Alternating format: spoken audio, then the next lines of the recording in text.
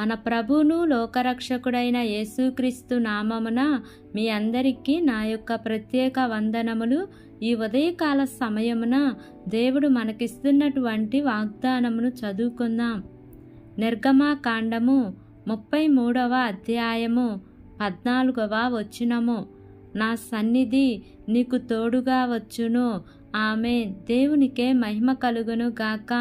ఈ ఉదయకాల సమయమున దేవాతి దేవుడు ఈ యొక్క వాగ్దానము ద్వారా మనందరితో మాట్లాడుతూ ఉన్నారు.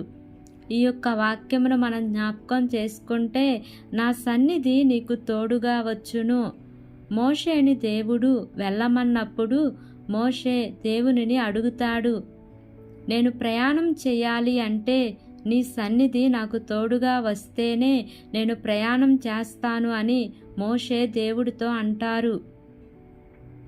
అప్పుడు దేవుడు అంటారు, నా సన్నిధి నీకు తోడుగా వస్తుంది మోషే అని ప్రభు చెప్పినప్పుడు నిజముగా దేవుని సన్నిధి మోషేని వెంబడించింది. అందుకే మోషే 40 ఏళ్ళు జీవిత ప్రయాణము చాలా సక్సెస్ అయ్యింది అని మనం చెప్పుకోవాలి. ఆయన ప్రయాణంలో అపజయాలు కలిగినాయి, కానీ దేవుడు వాటన్నిటినీ జయాలుగా మార్చినాడు. చేదు అనుభూతులు ఎదురయ్యినాయి, వాటన్నిటిని దేవుడు మధురంగా మార్చినాడు.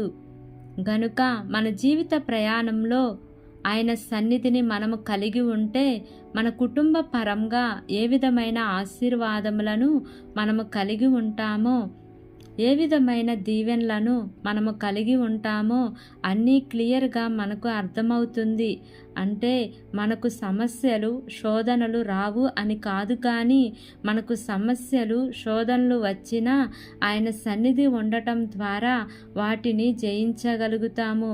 మోషేకు తోడుగా ఆయన సన్నిధి ఉండటం ద్వారా శత్రువులను అధిగమించాడు.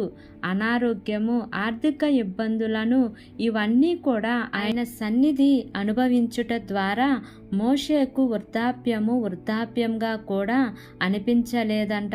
ఈ ఉదయకాల సమయమున ఈ యొక్క వాక్యము వింటున్న ప్రియా సహోదరి సహోదరుడా, మన జీవిత దినాలలో ఆయన సన్నిధి మనకు తోడుగా ఉన్నట్లయితే మనము ఎక్కడ అడుగు పెట్టినా కానీ, ఏది తలపెట్టినా కానీ అది మీకు మీ కుటుంబాలకు దీవెనకరముగా మార్చగలిగిన దేవుడు గనుక ఆయన సన్నిధి మీ కుటుంబాలను వెంబడించునుగాక. ఆమేన్. ప్రార్థన చేసుకుందాం. ప్రేమ కలిగిన యేసయ్యా, కృప కలిగిన దేవా, నీకు వందనాలు తండ్రి, నీకు స్తోత్రములు ప్రభువా. ఇంతవరకు నీ కృపలో మమ్మల్ని కాచి కాపాడిన విధానాన్ని బట్టి నీకు వందనాలు తండ్రి. ఈ ఉదయకాల సమయమున మీరు మాకు ఇచ్చినటువంటి ఇటు వాగ్దానాన్ని బట్టి నీకు వందనాలు ప్రభువా.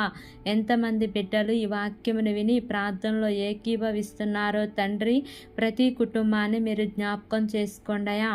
నీ మేలుల చేత వారిని తృప్తిపరచమని అడుగుచున్నాను తండ్రి. అయా, మేమందరము నీ సన్నిధి కావాలని కోరుకుంటున్నాం తండ్రి.